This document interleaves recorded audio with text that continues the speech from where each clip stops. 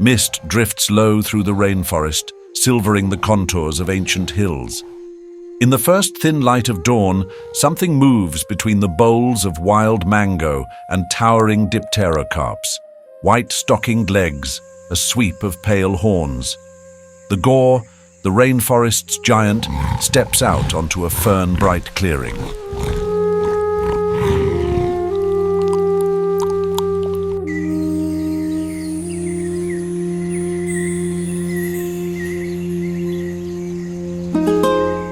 He is almost a ton of muscle, a high ridge lifting his shoulders above his hips like the prow of a ship. Rain beads on a coat so dark it shines blue in the half-light.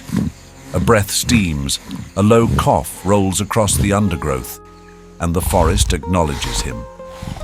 He is the largest wild bovine on Earth, a native of the emerald belts that run from India's western Ghats to the Annamite ranges of Southeast Asia. To live here means to move constantly, to read the forest's moods with nose and ear, and to wear the rain like a second skin.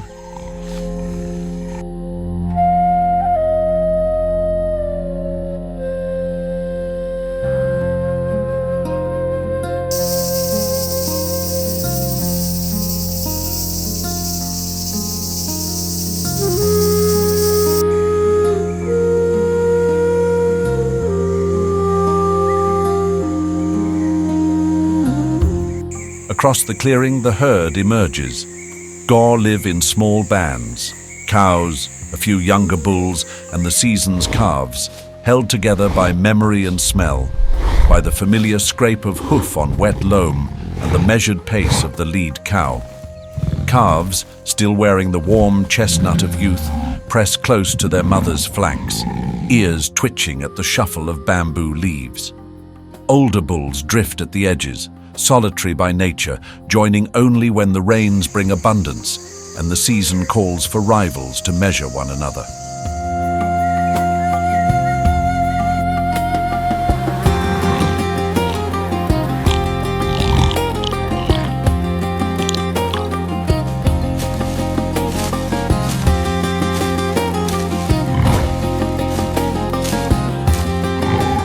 The morning is for feeding. Through the monsoon months, the forest delivers a sudden fortune. Grass blades thick as fingers, the soft tips of bamboo, tender leaves on new growth. A gaur's muzzle is broad and precise. He curls his tongue, rakes the sward, and tears cleanly, preferring the greenest blades.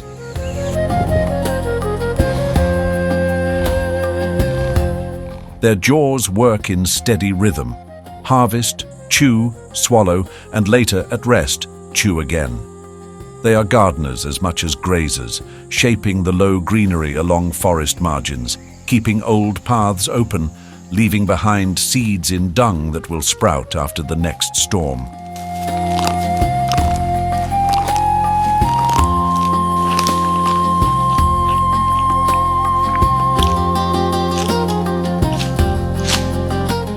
All the while, the forest listens back, a drumming of frogs from a puddled track, the distant cough of a langur, and underneath, a scent that moves like a thread through leaves and along the damp earth. Tiger. Predators define the edges of gaur life. A tiger, somewhere downwind, tests each eddy of air. It isn't hunger that brings him now, not yet. It is opportunity. Calculation. Adults are dangerous. They stand shoulder to shoulder, horns lowered, with a confidence born of size and long memory. But calves are the forest's most precious currency.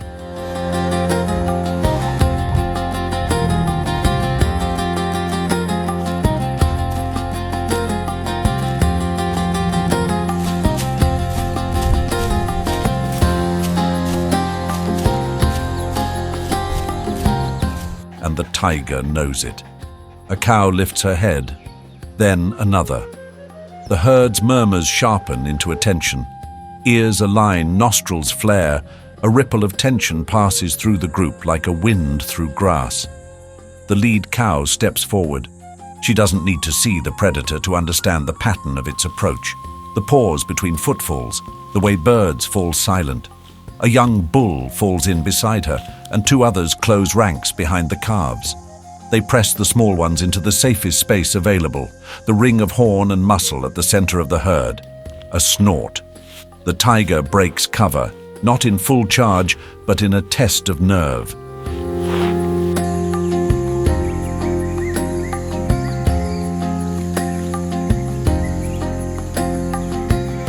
The young bull stamps once, twice, and then surges forward with a short, shocking burst of speed. It is not a fight. It is an announcement. The tiger melts away, tail switching, unwilling to wager bone against horn today. Not every encounter ends so cleanly. Forest lives are negotiated in risk and loss. But this morning, survival is a story of presence, of being large enough, together enough, to dissuade hunger.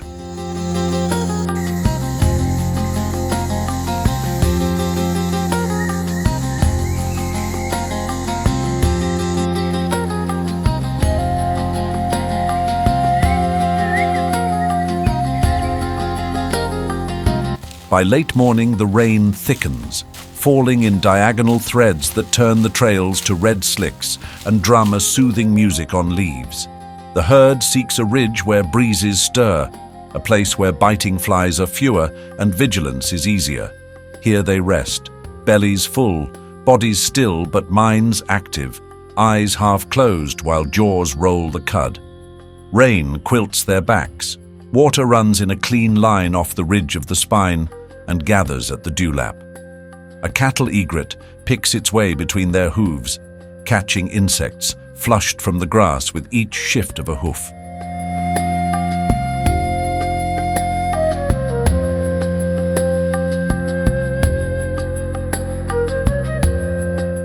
Not every day is calm. In the hottest months, when water shrinks into threads in the rocks and the forest concentrates life around a few surviving pools, tensions rise. Elephants claim the path. Wild dogs chatter along the edges. Human voices carry from the valley. In places where farms push against forest, gaur descend in darkness to raid crops, drawn by the easy sugar of maize and rice.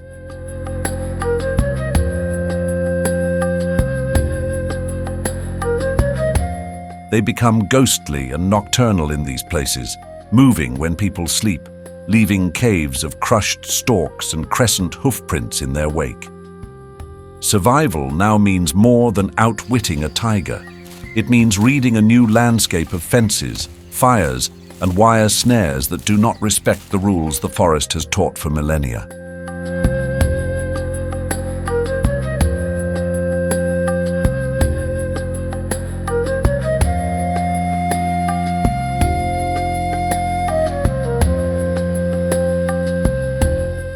Breeding happens in any season the forest allows, but the rains often bring a peak. A bull returns to the herd with a deliberate swagger, the skin over his shoulders rippling as he thrashes a bamboo clump with his horns. He leaves scent on stems and trunks, a bold signature for rivals and a note for cows ready to breed. When two bulls meet and measure each other, they begin with ritual. Heads held high, a scrape of hoof, the long, slow arc of horns. Clashes can explode in an instant, horn against horn, bunched muscle and a sliding of earth. But more often the ritual is enough, a way to compare weight and will without the cost of injury.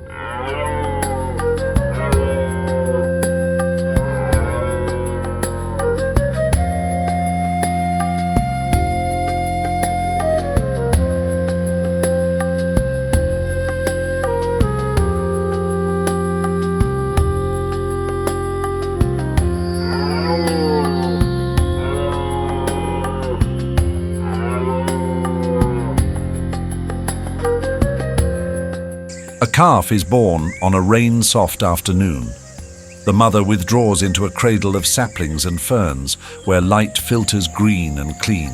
She licks the new life into brightness, nudges the wobbly legs toward milk, and stands guard, ears swiveling ceaselessly.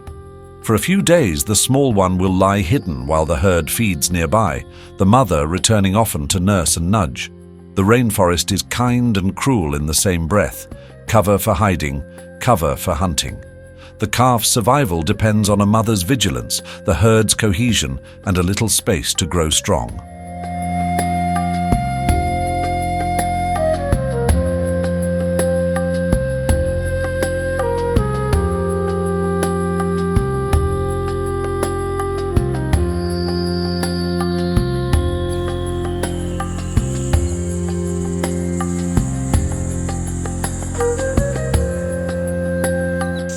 As the day tilts toward dusk, the gaur turn toward an old destination, mineral licks that weep from the forest floor. Clay rich with salts draws many mouths in the evening, sambar deer, wild boar, and gaur alike. They come cautiously, for this is a place where hunger and danger reliably meet. A family group approaches, halts, approaches again.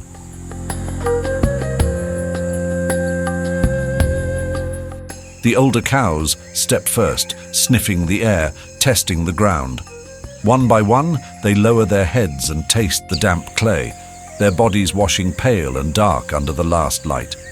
Sodium is a small survival strategy with large consequences. It turns plant food into bone and muscle, fuels the impulses of heart and nerve.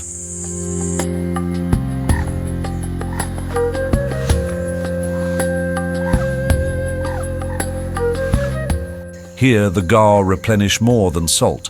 They replenish the momentum of the herd's living. Night deepens, and the rainforest remakes itself. Cicadas take the stage. Broad leaves shed beads of water that fall like metronomes onto the undersong of crickets. The gaur move quietly, almost silent for creatures so large.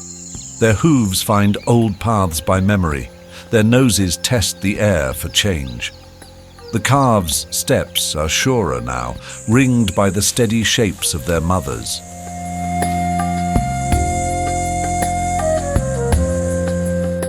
Somewhere beyond the line of hills, a village settles with the clink of pots and the thin glow of cooking fires.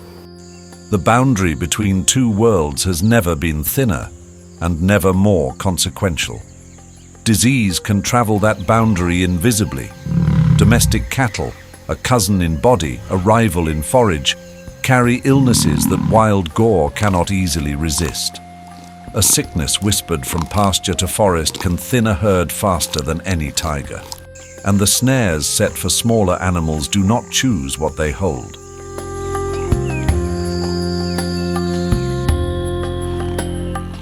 Survival, for gaur, is not only a matter of strength in the neck and width in the chest. It is a matter of corridors that let them wander, of forests that aren't splintered, of a tolerance that gives giants room to be giants. Yet in places where the forest is held intact and people allow the ancient patterns to breathe, gaur thrive.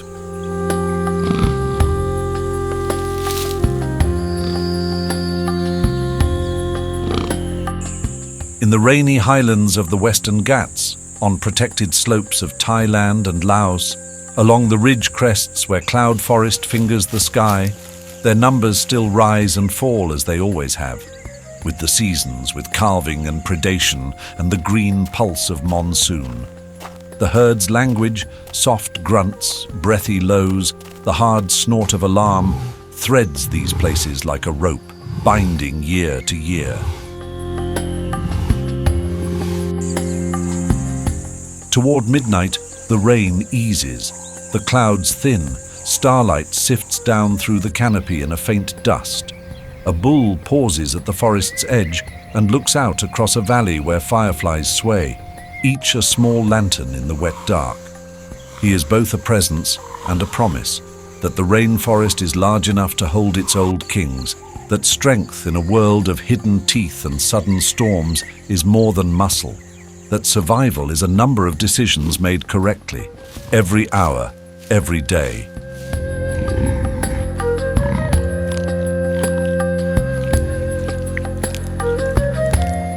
At dawn again, the herd will step from shade to clearing, They will feed and move and rest and guard, each action simple and necessary, each one woven to the next by the rain's endless hand. The calves will grow, the bulls will darken and broaden, the white stockings will lift and fall, unhurried as weather. And somewhere in the green distance, a tiger will change direction. The forest will hold its breath, and the gaur will decide what it means to live another day.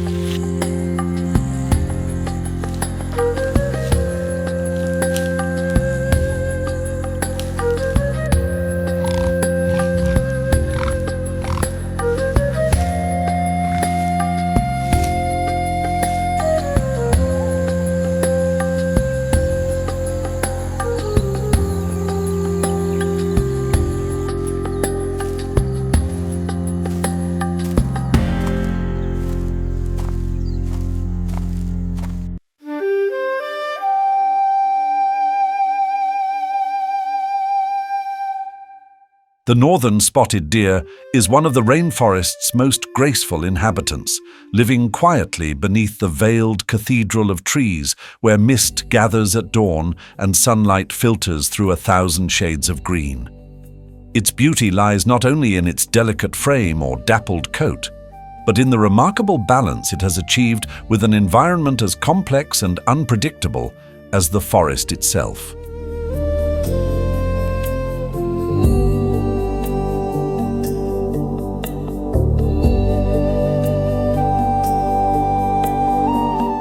The deer's characteristic white spots help it disappear into the play of light and shadow that marks the forest floor. Every flicker of the canopy, every stray gleam of sun, turns its fur into part of the living mosaic of leaves and branches. This natural camouflage is its chief defense against the many predators it faces: leopards, dholes, and large raptors that move through the forest as silently as whispers.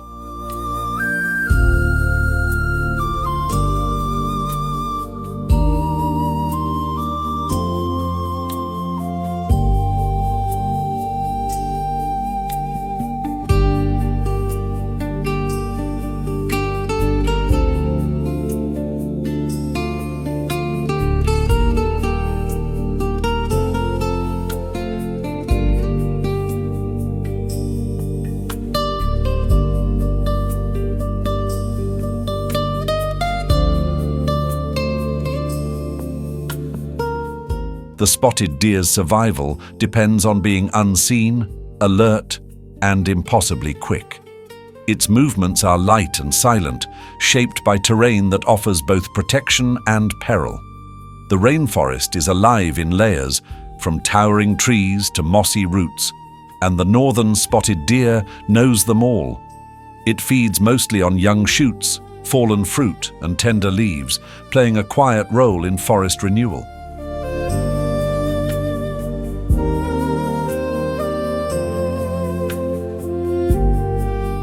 By grazing carefully and spreading seeds through its droppings, it helps maintain the balance of plants that form the base of the forest's life cycle.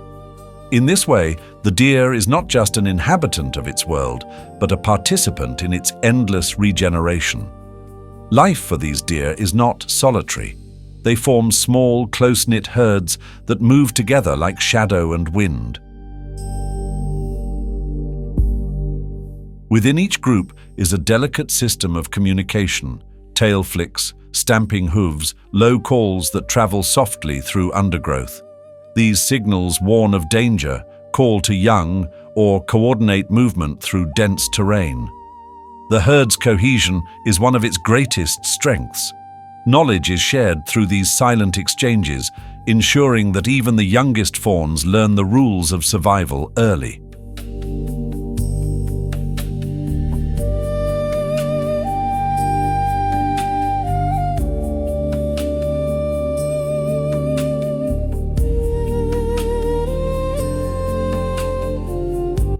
A newborn fawn spends its first weeks hidden in thick brush, relying entirely on stillness and invisibility. The forest gives it concealment, but the mother's vigilance gives it life. She returns to nurse her young only briefly, minimizing movement that might attract predators. Every generation repeats this ritual, a rhythm of care and caution refined across centuries of evolution. The forest itself dictates the deer's patterns. During the wet season, food is abundant and herds range widely, following the growth of new vegetation.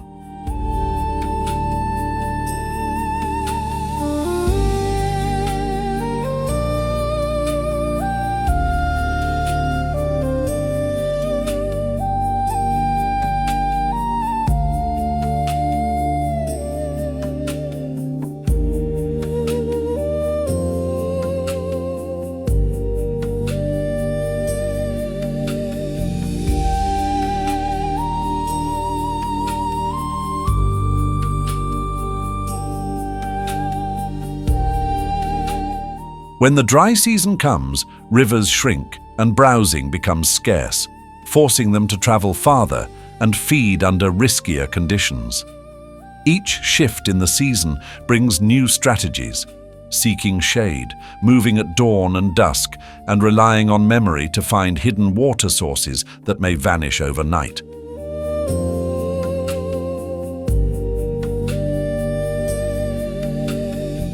But the greatest challenge the northern spotted deer faces no longer comes from nature alone. Expanding human activity threatens its very habitat. Logging and farming have carved roads and clearings into once continuous ranges. Forest fragmentation isolates herds, limiting their access to food and mates.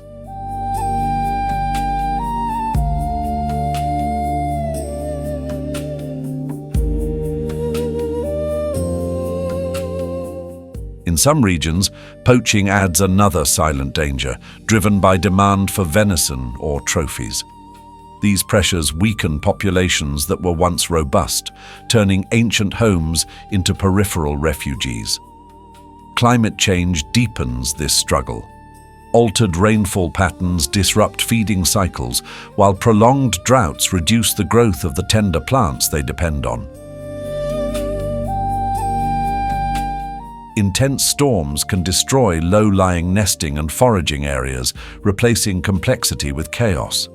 As the forest's pulse becomes unpredictable, the deer must adapt or perish. And adaptation, though slow, is what life in the rainforest has always demanded. The spotted deer remains an integral part of the rainforest web. Its grazing keeps young foliage under control, preventing overgrowth that would choke saplings. Predators rely on its presence for food, linking its survival directly to theirs.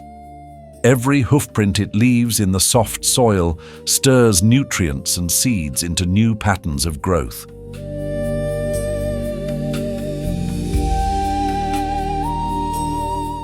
To protect this deer is, in truth, to protect the living architecture of the forest. One cannot endure without the other. Across protected reserves and conservation corridors, efforts are underway to secure that future. Reforestation projects reconnect divided habitats, allowing herds to move freely again. Local communities, learning the ecological and cultural value of their forest neighbors, are beginning to replace hunting with stewardship. Scientists monitor populations, track migration routes, and restore water sources that keep forests and deer alive through the dry months.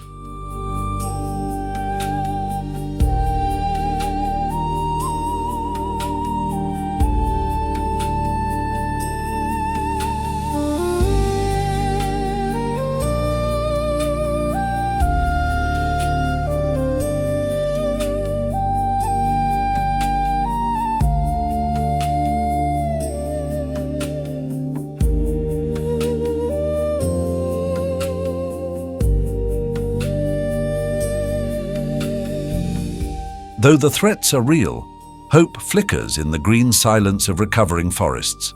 Each new generation of fawns, hidden beneath fresh leaves, represents both resilience and renewal. The northern spotted deer endures because it has always lived in harmony with what the forest offers, never taking more than it needs, never withdrawing from the rhythm that sustains all life there. In the end, the story of the northern spotted deer is the story of the rainforest itself, fragile yet persistent, ancient yet ever new. To watch one move through the filtered light of morning is to see the forest's spirit made flesh, quiet, graceful, and steadfast, a living testament to nature's ability to survive so long as we allow it to breathe.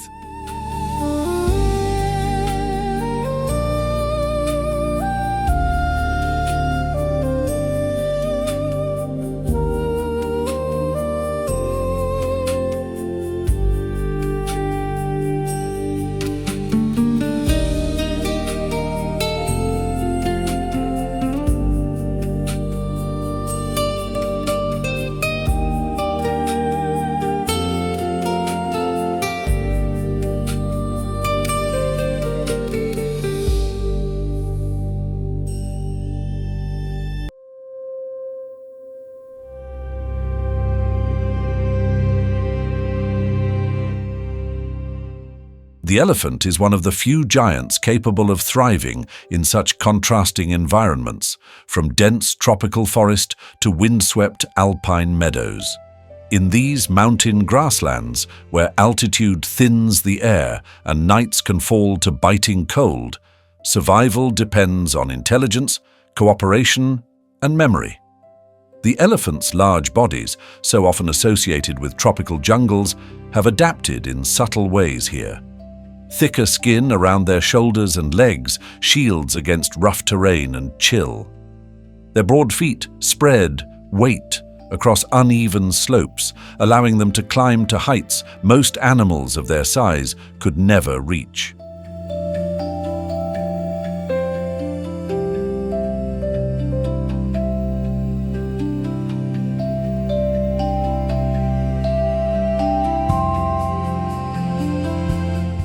Every morning, herds set out from sheltered valleys to graze along ridgelines painted in gold by the rising sun.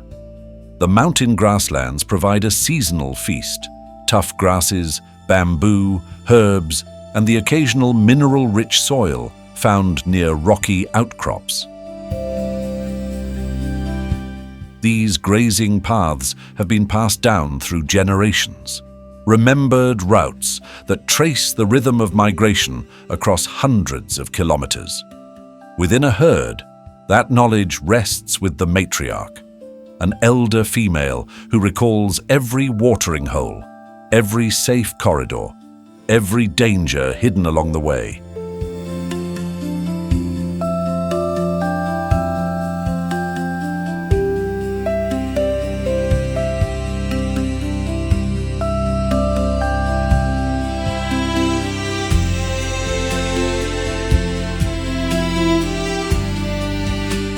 Elephant society runs on this deep memory and social unity. A herd is more than a group of individuals. It is a living family, bound by touch, sound, and shared experience. Communication flows constantly through the air and ground. Gentle rumbles felt as vibrations, trumpets echoing across valleys, low calls exchanged through the soil. These signals guide movement, warn of predators, summon lost calves, and sustain emotional bonds that last a lifetime.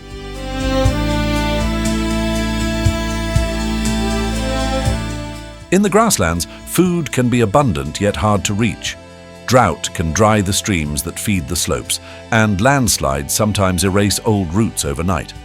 But when one elephant remembers a hidden spring or an alternate trail, the entire family benefits.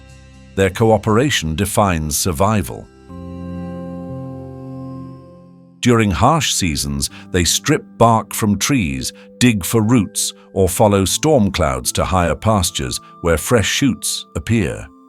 Even in scarcity they share. Mothers shield calves between their legs during the cold nights, and older siblings help the youngest climb steep embankments along migratory paths.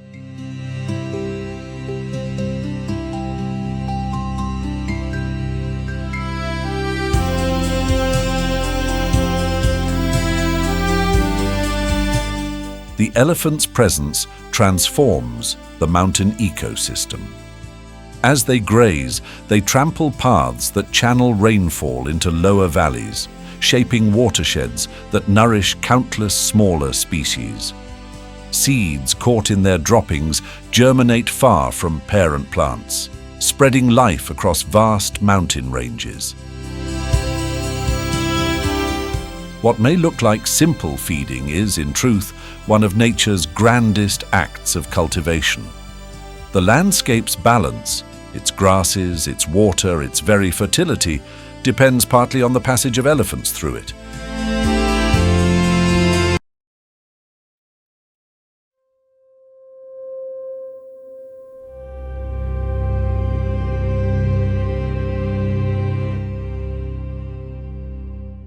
Yet this balance grows ever more fragile. Expanding agriculture and human settlement nibble at the edges of ancient migration routes. Roads, railway lines, and tea plantations crisscross the paths that elephants have followed for centuries. Each lost corridor divides families and cuts off access to crucial food and water sources. Along these shrinking edges, conflict arises as elephants venture into farms, driven not by aggression, but by hunger and confusion. The same intelligence that sustains them in the wild now leads them into peril among human fields.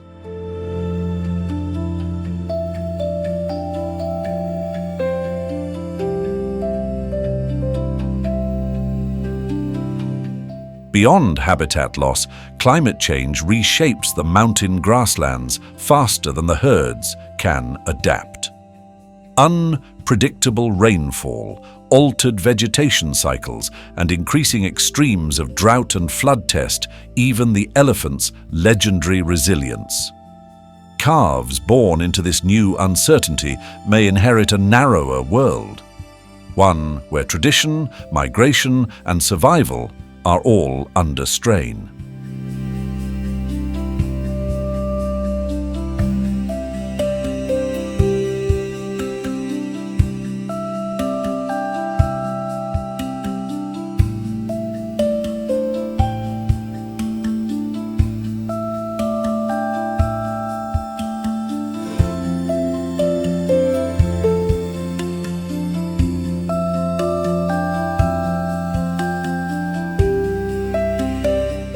Yet, hope persists. Across South Asia, conservationists, forest communities and governments are working to restore the pathways that sustain both elephants and ecosystems. Protected corridors link fragmented ranges, allowing herds to move freely once more across borders and elevations. In regions where farmers once saw elephants as a threat, new coexistence programs are turning fear into stewardship.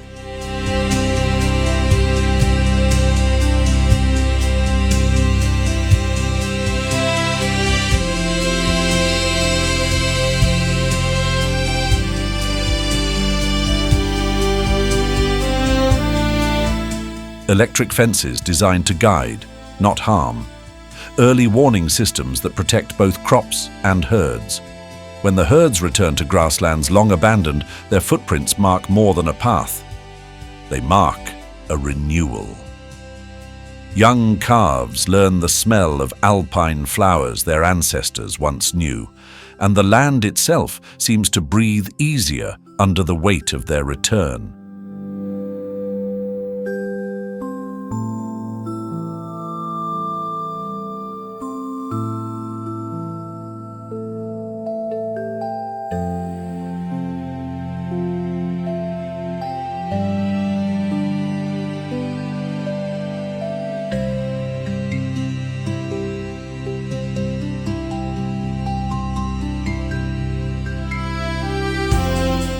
The Asian elephant remains a symbol of endurance and intelligence, bound to the mountains as deeply as the rivers that rise within them. Its story is not just one of struggle, but of profound connection between memory and landscape, family and survival, past and future. In every distant rumble that echoes through the misted hills, there is a reminder that these ancient beings still walk among us, keeping alive the heartbeat of the mountain grasslands of South Asia.